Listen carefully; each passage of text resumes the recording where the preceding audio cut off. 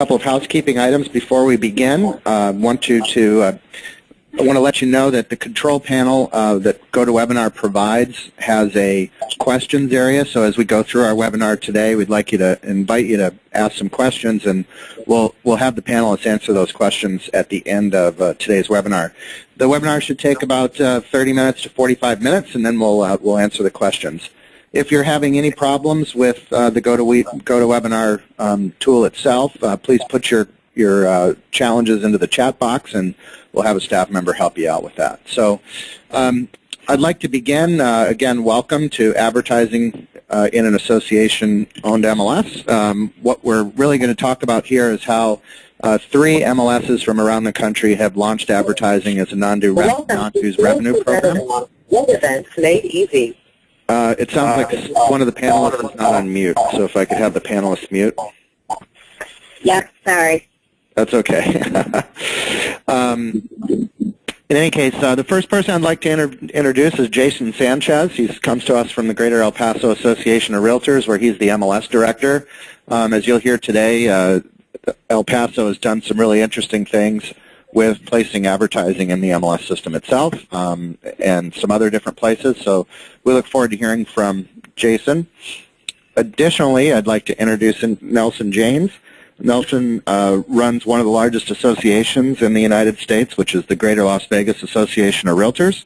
He has a seasoned background at supporting associations for many years, and he also is unique insofar as being an association that owns also a large MLS. So they're also doing some interesting things with advertising. We'll appreciate Nelson's feedback on some of the opportunities that he's been able to experience through that process. And last, I'm going to introduce Linda Doan, and Linda comes to us from the Western New York MLS. They have a consumer-facing website called To Find Your Home, which is heavily used in the Buffalo area. She also runs all of the digital media programs that that MLS offers to agents and brokers in the Western New York area. So welcome, everyone. So the format today is we've collected a variety of questions that Wave Group hears when we do strategic planning for a lot of MLSs and associations today. And when they're facing the opportunity to do advertising as a non-dues revenue generation program, there's all kinds of different fears and beliefs and misunderstandings that come into play. And not the least of which is, like, how do I forecast what kind of revenue I'm going to receive? So in any case, we're just going to round robin these questions, and I'm just going to start out. I think I'm going to start with Linda. So Linda, could you tell us how long you've been executing your strategy for developing non-dues revenue through advertising? We've been doing this for 3 years. And where do you place advertising today? On the website? And can you tell us a little bit about your website? And has the website been up for a long time, but advertising just got turned on recently? We actually, the website was under a different brand, so we sort of rebranded the MLS website when we came out with the advertising. And we sell features to agents specific, and then we have separate features that are available for builders only. And then we sell, ROS advertising. We do a multitude of different platforms of that. Agents can buy it. Brokers can buy some space on that as well. It is available to local companies as well as nationally. And then we supplement with the CoreLogic ad as well as Google for any remnant inventory. So we basically make revenue on anything that shows. Excellent. Nelson, can you tell us a little bit about where you're displaying advertising and how long you've been doing it? Yes, the idea was in a development stage for about a year, but then about 6 months ago, we hooked up with CoreLogic, and they developed a really powerful public site for the association, and they use Realtor.com's advertising book to place ads on this site. They did all this, basically for free, and if there's going to be an eventual non-dues source through a share of the revenue that's coming from the advertising. But initially, it has paid for a public site for us that is doing really well. In this past month on ListHub, we were number 4 as far as hits. We had nearly 36,000 hits on this brand new site. It's just been up since about June. So you're using advertising as a way to fund the operation of your consumer-facing site, and that consumer-facing site is already the 4th most popular website in the Las Vegas area for shopping for homes. Is that right? Yeah. And how long has the site been up? Since June. Wow, that's impressive. Yeah. Jason, how about you? How long have you guys been using advertising, and where do you put it, and how's your experience been so far? Well, we just started in the MLS system, but we've actually been doing it for about 4 years now. We first developed custom ad space on our member site, ElPasoRealtor.com, for the purpose of attracting local businesses and affiliates to advertise to our members. At the onset, the timing was not ideal because economy had plummeted and businesses were not advertising back then. But we later implemented a national ad network provider to increase revenue and attract more businesses to advertise. It has been difficult to raise the kind of revenue we would like from it, but we have seen positive increases since we've launched the ad network. Excellent. That's a nice introduction. Again, for people who are on the call, if you have a question for any of our panelists today, please feel free to put your question into the questions box in the GoToWebinar Consult panel, or GoToWebinar Council panel. So the next question I have today is, what was the process for getting your board of directors to review and approve the strategy? And Jason, we'll start with you on this one. Our board of directors is always trying to find new ways to generate non-dues revenue, mainly to keep member dues down. So when we started to look into various methods and strategies to produce non-dues revenue, ads became obviously an attractive option. Our leadership saw the opportunity of producing substantial revenue, and they decided to implement ads in the MLS. And when you guys launched the ads in the MLS, did you get a lot of pushback from the agents? Did it last very long, or did they not care at all? I mean, it's kind of you kind of went through a barrier that a lot of people felt was pretty challenging for MLSs today. Can you just talk a little bit about that experience? Yeah, I mean, we did get obviously initial reaction started out rough. You know, calls started coming in. The common responses were, why are ads showing up in my MLS? I pay dues. But the majority of the calls and complaints were more of a shock reaction more than anything. But we sent out a statement to all members explaining the decision, why it was made, and mainly to keep dues and operational costs down. So that really helped out a lot. Excellent. Nelson, you want to talk a little bit about your experience going through board approval for your strategy? Sure. Ours was a little different approach. It wasn't exactly a focus initially on non-dues. It was a focus on getting positive messaging out to the public, because here, and I'm sure in many of your states and communities, we were having billboards and radio ads from attorneys and others who were cutting into the agent's business, you know, saying that only they could do the short sale, only they could help you with this or that element of the transaction.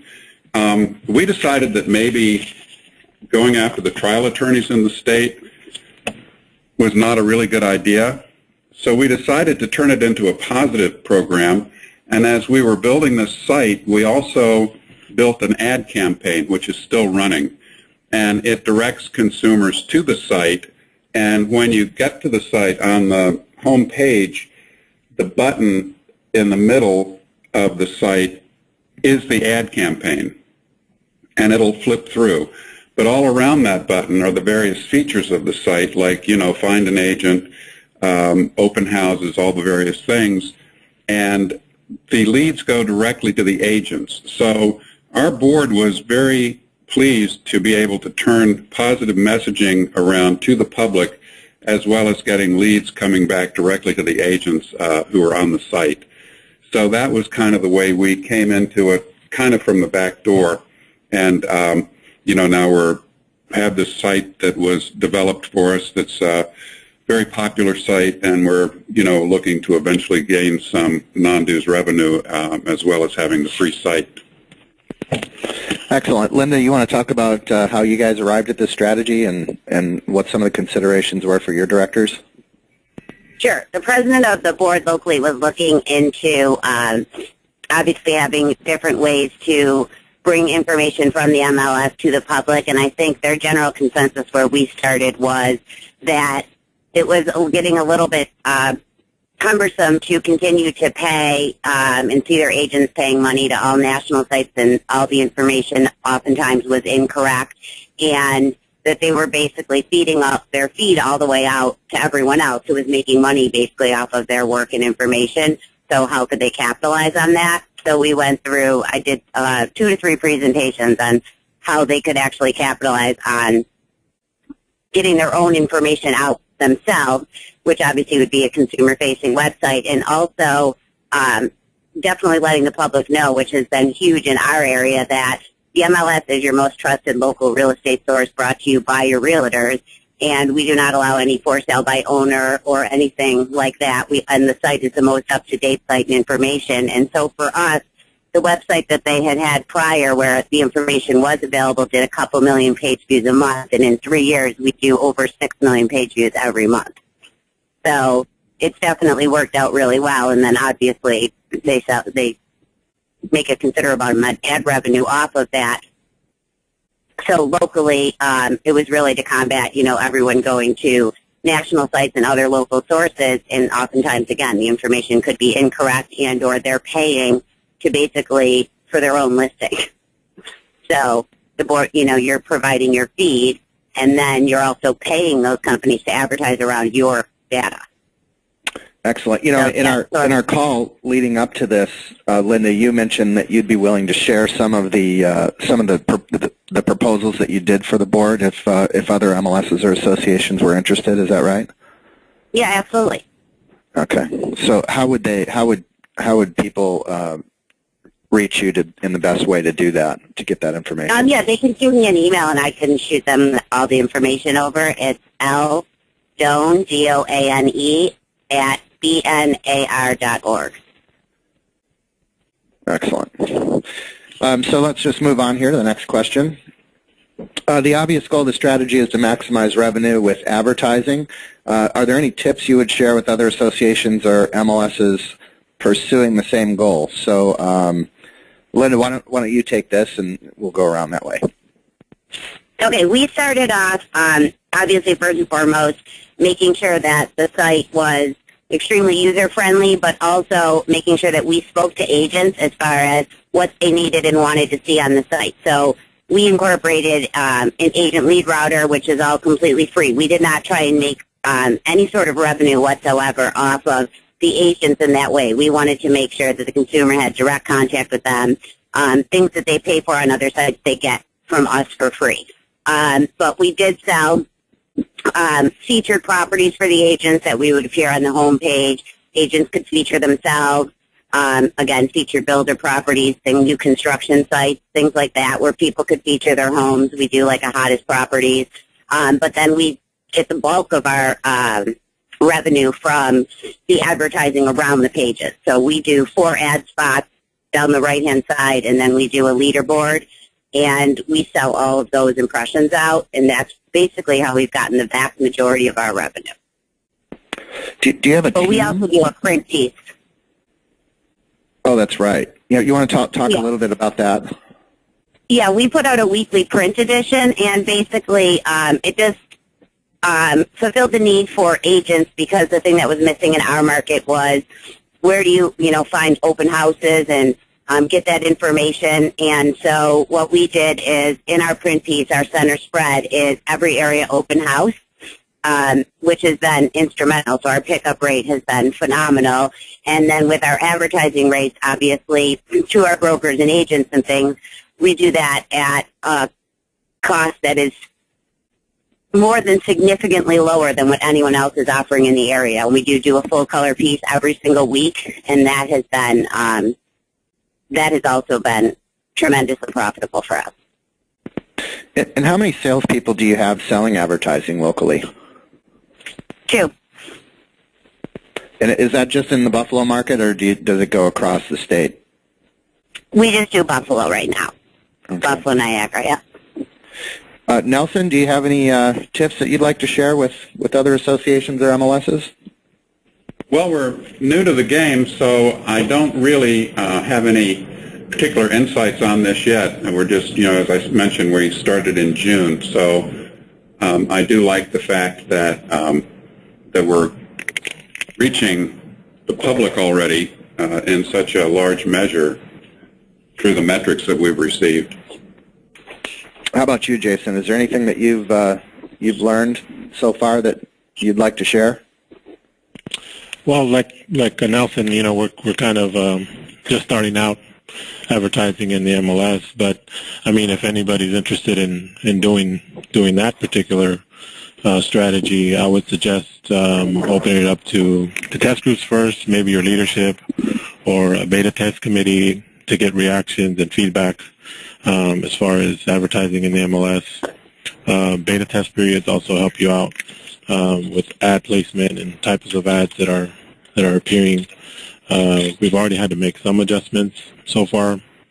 I'd also suggest a statement, which really helped us out to the membership, and if and when a decision is made, explaining reasoning behind putting ads in the MLS. Excellent. So the next thing is, can you offer any benchmarks that will allow others to budget or forecast revenue per 1,000 visitors? Nelson, you and Jason are so new to this. I'm not really sure that you have a lot of data behind it. But do either of you have anything to offer? Otherwise, I'll let Linda take this question. I think this one's for Linda. Okay. Well, again, when we first launched the website, it was new. So the first year, there was, you're not going to find an extravagant amount of revenue because we did have to spend money to advertise the new brand locally, of course. So that's a cost that came into play the first year and a half where we really did a big push locally, again, in regards of advertising. So we did purchase billboards. We were with the major sporting teams in the area, the Buffalo Sabres, things like that. So there's definitely, the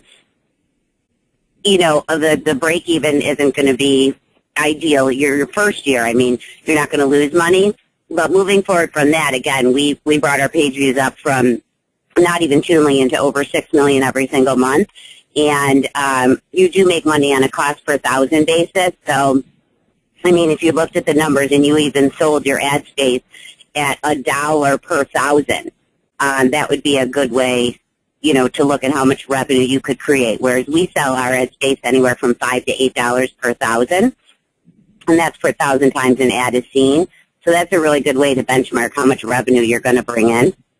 And again, when you launch these sites, you can and should immediately hook up with an ad network. So you could, again, go with CoreLogic. Obviously, they're offering that. There are other options out there as well.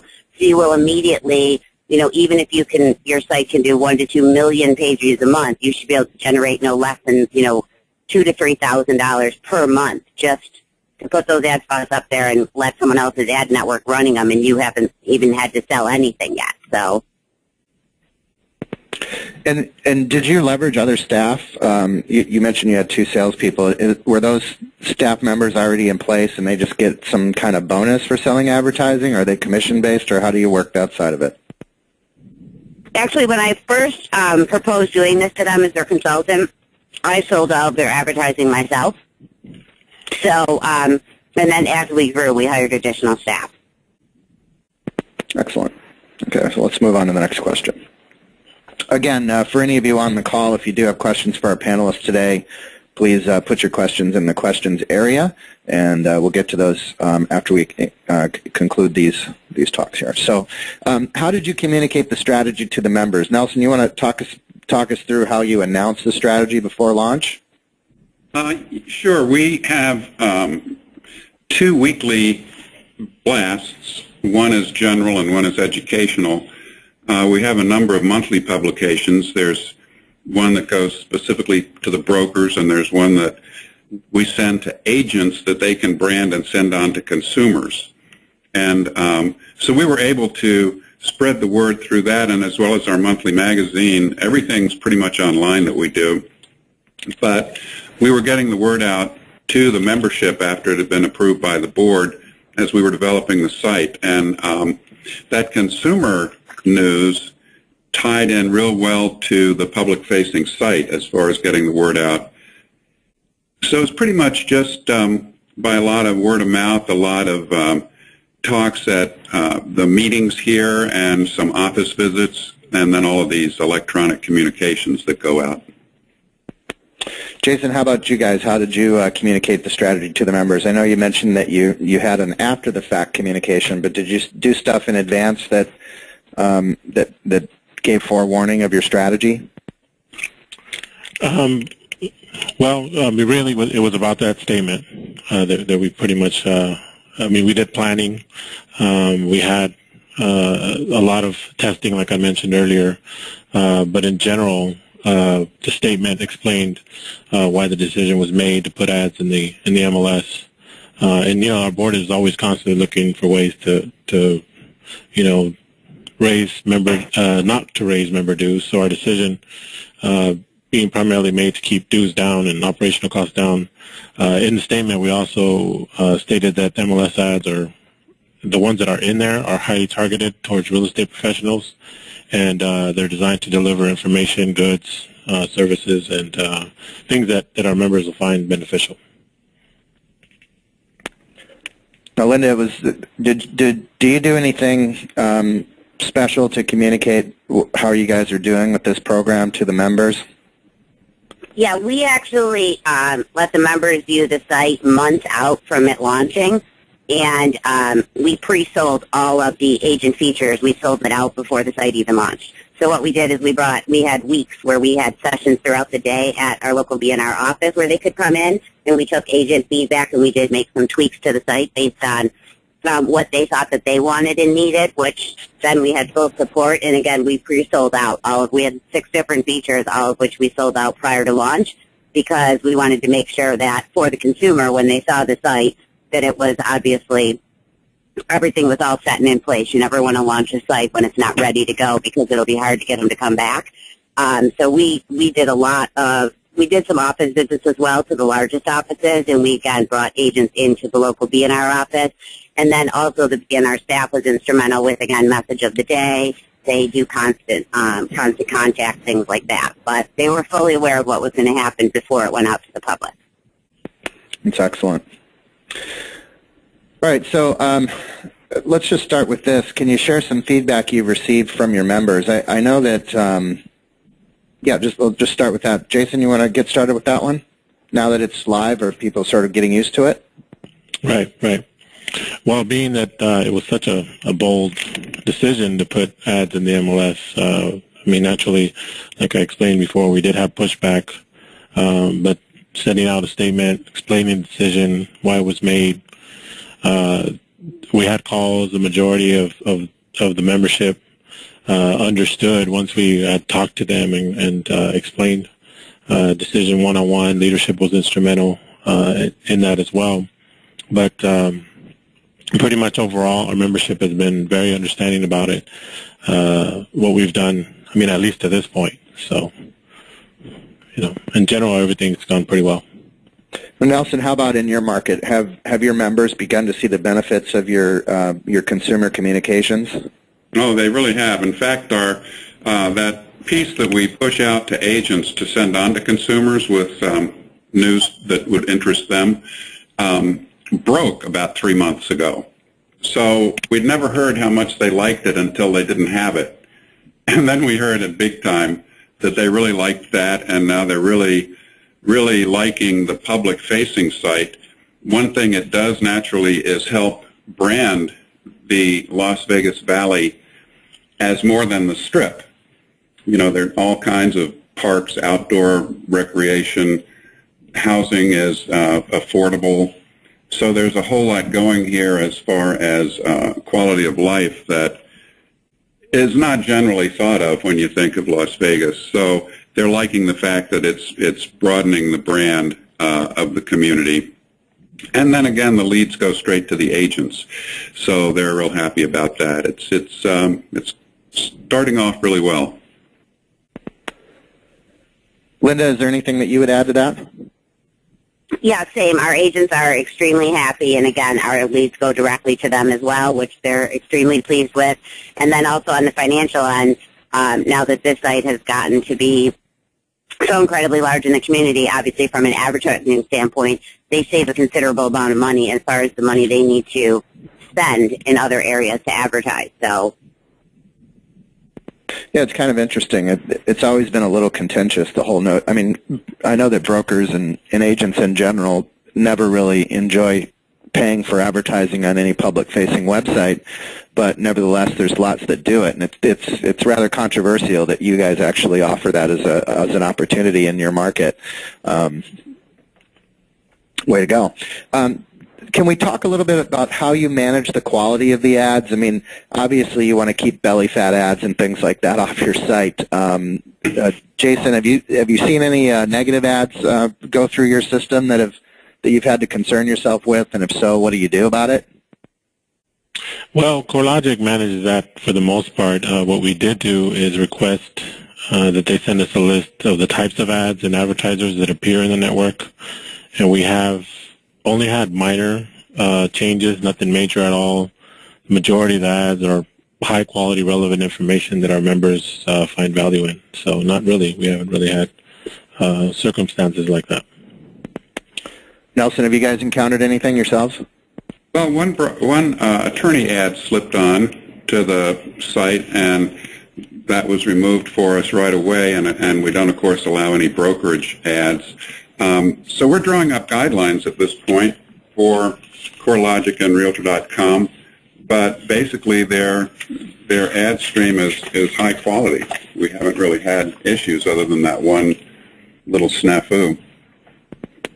Linda, have you guys experienced anything in your market that ads going onto the site that cause problems for you? No, we sell, most of our ads, again, are sold locally, and we can target by zip code any of the ads for the agents or the builders. So we are creating the vast majority of the ads for them. We do offer ad creative services. So we pretty much know what's going up. And as far as the remnant ads that we utilize the larger companies for, we as well always, in advance, you're allowed to opt out of any ads that you don't want to appear, which we will go through and opt out of any of the ads we don't want to see on the site, and we've never had a problem.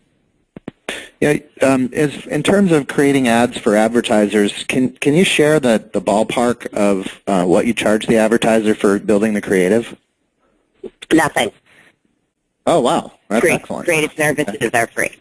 Oh, that's great. Okay, so the next question is, and Linda, obviously you're doing this, but can you just talk us through how you're selling ads to local companies? Do you have a media kit that you've put together, and are your salespeople, both of you, out on the road, and how are you how are you networking that throughout your community? Yeah, we did start with obviously, the core group. So we did start with brokers and builders. Our local builders, every builder is on the site, and that geo-targeting has been what's really interested them. So, for instance, if they have a particular development going up in, say, a 14221 zip code, that they can serve what type of homes are going to be there when a user is searching for, obviously, homes for sale in that area and may not be considering building, things like that. So we targeted the builder strong because we knew that would be a strong appeal to them. And then we did branch out, obviously, to secondary markets. So we have insurance companies as well as, again, kitchen, carpet. We have a kitchen company that sponsors, like, the mortgage calculator. So, just the obvious companies that everyone would go for. And it's been very good. So we do a media kit. Most of the time we will go out and do presentations with the media kit, but then there are certain companies, now in today's day and age, you could just get it done over the phone. or with email. So, but yeah, we have a media kit and a sales presentation, and then we have one sheets and things like that specific to certain categories. Excellent. Especially when you have like seasonal, we'll do seasonal packages. Because here with the weather changing, you know what I mean? There's like landscape companies don't want to advertise all year, so we do a lot of seasonal things as well. Terrific. Nelson, Jason, I don't think you guys are selling ads locally, or are you? No, we're not in Las Vegas. Well, Jason, are you doing any direct sales in your market? We do sell ads to local companies. We have for several years, but it's more of a custom ad space that we built into our member site. It's not like an ad network. And generally the revenue there has been modest, but it has increased recently, which is positive. We're also looking into allowing local advertisers to advertise within the MLS as well, since we started doing that. Terrific. So the next one is, was it difficult to launch ads? I know some of you use the same partner, and some of you guys are doing it on yourselves. Did it turn into a lot more work than you thought it was, or was it a pretty smooth and easy process? If Nelson, you want to start with that one. Well, it was smooth and easy for us because CoreLogic basically took care of it. How about you, Jason? Not really, other than the initial pushback by our members to seeing ads in the MLS all of a sudden. I mean, the process was painless, and our vendor did a great job with implementation and placement of the ads. We really have only had to make minor technical adjustments. Overall, the process has gone very well. Was it heavy lifting in your market, Linda? No, we had no problems at all, though if you did go our route, we did design the site ourselves, obviously, and we went with different ad service provider that we do control all of the ads. So we input all our ads, we control all of our ad space. So you would need a programmer, and when you are launching that, the key thing to do is figure out what you want to do with your ad spaces. So, for instance, your leaderboard on the top, that could be ad space 1, and it's going to run throughout the whole site. If ad spot on the right-hand side 2 is going to be targeted by zip code, that when you're setting up your ad management system, that you set it up the way you want it right from the word go, because it's much harder to change that after. Excellent. That's good feedback. So next question is, what kind of customer service should others expect from their vendor? So one of the concerns that Wave Group evaluates when they're talking about advertising through the strategic planning part of working with an MLS is the level of customer service that they should expect from their vendor. So Jason, if you want to start with that, that'd be great. Well, I always feel that, having excellent service-minded vendors is key in the success of your organization and your members. The better quality overall that your vendor provides, the happier your members, your staff, and your leadership are, frankly. Have you needed any tech support since you started, other than pulling down that one ad? No, they've been great. I mean, everything's worked out pretty well. So, no complaints here. Nelson, how's your experience been? Well, I think you always go in expecting the best, and I think we should, because our members expect the best from us, and so our vendors kind of back us in that regard. We had a really smooth experience in this site with CoreLogic. We had conference calls and webinars, and they took every suggestion that we had, and they also told us from their experience when they thought something we wanted was unrealistic or wasn't going to connect with the public. So, yeah, we've had a very smooth experience with this, and I know all of us have had experiences with website development that aren't always so pleasant. So this was really refreshing. It was good.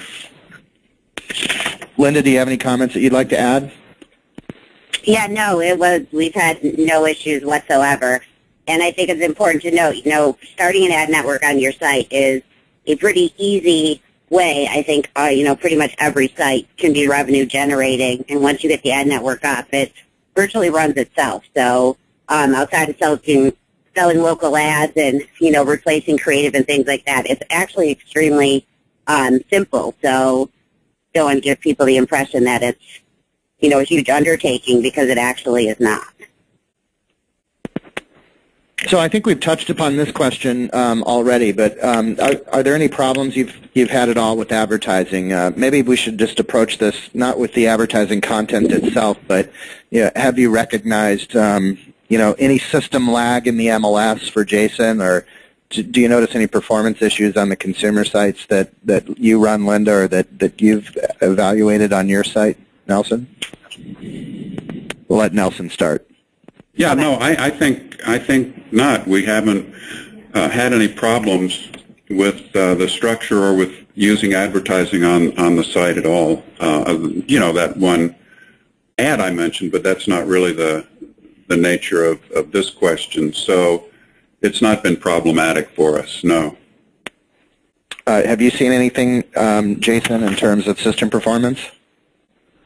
No, not really. The system runs the same, really. We have had to make customizations based on where we didn't want ads. But other than that, we really haven't had any major problems at all. Can you give an example of that? It's just kind of like, not having them on the sides or not having them in emails and print, things like that. So those are decisions that our board of directors make. Excellent. Linda, how about you? Have you had any problems with your ad networks? No, we haven't had any problems as far as functioning of the site. And the only thing when a user does go to print a property, in the past year, we did eliminate any ads from printing with that property. Okay, well, that's good advice. The next question. Gapar was the first MLS we know who's putting ads inside the MLS. Can you tell us how that went? I think we've talked about this, but let's review that again. Can you be a little more specific, Jason, about what some of the feelings were or the emotions were to the agents when they got back to you? Presumably people see ads all the time when they're on the web. I don't understand exactly why they would have such a fit when they're viewing them in the MLS. Right. Well, I know on several of these things during the presentation, but it was a bit of a challenge. I think mainly because it's a bold move, But the way our leadership looked at it was advertising is everywhere these days. You can't go to a website without seeing any kind of advertising, really. So why not advertise in the MLS? So we started really looking into how we could incorporate ads in the MLS. And around that time, CoreLogic started developing their own ad network, which would also allow advertising in their MLS system. So we contacted CoreLogic. We saw some demos. They were very impressive, and they demonstrated a high potential for ad revenue. And based on that, our board of directors decided to go into an agreement with them. The agreement was signed, and we began displaying ads in the MLS in August last month. The initial reaction, like I stated before, started out rough. Calls coming in, mainly complaints were more of shock reaction more than anything. But the statement came out explaining the decision was made in order to keep dues and operational costs down. And like I said before, we also stated that the MLS ads, are highly targeted, and the type and quality of ads, the goods, services, our members would find beneficial. Really, since the statement has been released, the volume of calls has really gone down. We may have a call or two here and there, but our leadership has stepped in, and they have explained to our members reasoning behind why we did that. And like you said, it is seen everywhere, but I think it's more of a shock factor. But now it's been about a month or so, and we hardly even get a call. So, Nelson and Linda, have you guys thought about extending your ad network into the MLS system itself? If so, why or why not? Nelson? Well, we've taken it to the MLS committee 3 times over the past 2 or 3 years, and they haven't gone with the idea.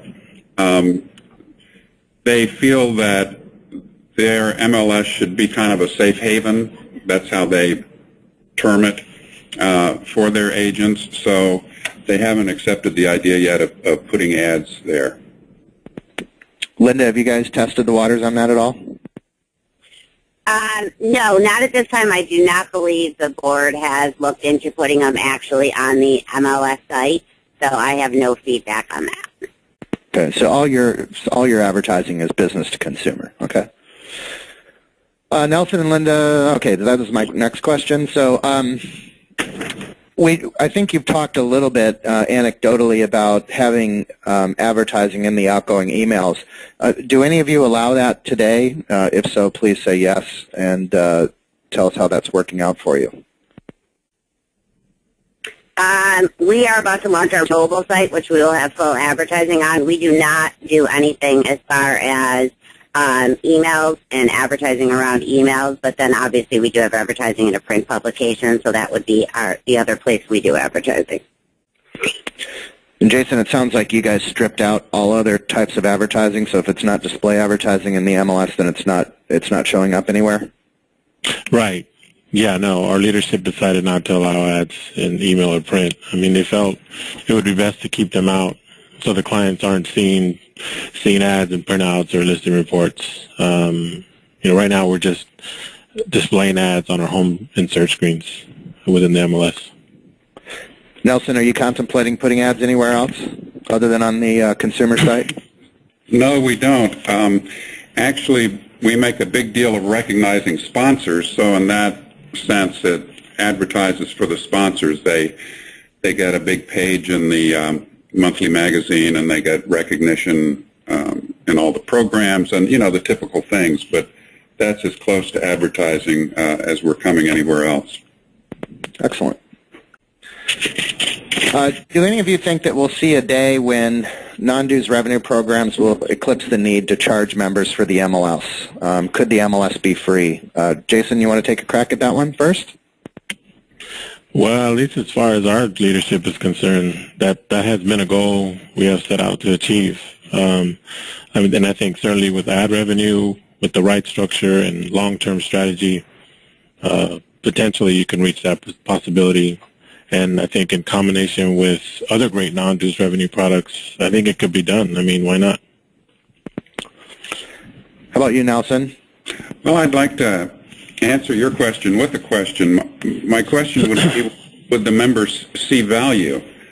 And what kind of a commitment would they feel to the quality of the data and so forth? So I think it's potentially possible down the road in a few years, but I'm not sure I would favor the idea, again, back to the value proposition and commitment to the integrity of the data.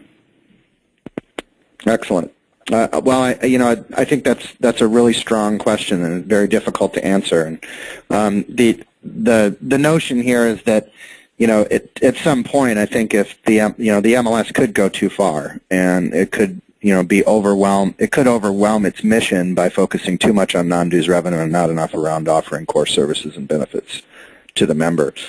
Linda, how do you feel about this? I don't think you've really articulated what kind of dollar volume you're pulling in per member, but do you think that it's achievable to reach a dollar volume overall that would neuter the cost of the MLS?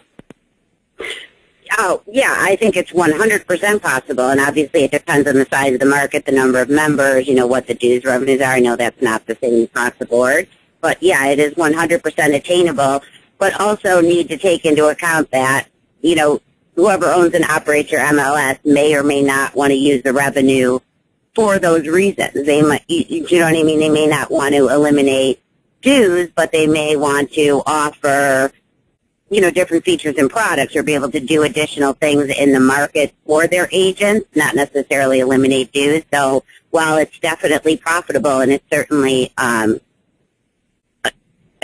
could cover those costs, I think it's the decision as to where those dollars are spent is probably a little wider than that. But it is possible. Well, those are healthy answers. Okay, so we have been inundated with questions. I've got 2 pages of them. The one thing that I'll tell you is that, well, let me just do one thing first from a housekeeping perspective. We've recorded this webinar, and for all of the people that attended today, we'll send you a recording. If you want to share it with your board of directors, you're welcome to do that. But we're going to stop the recording now, and we're going to take some of the questions that came in during the session today. We'll stay on answering questions until we get through them all, but if some of you need to leave, feel free to go.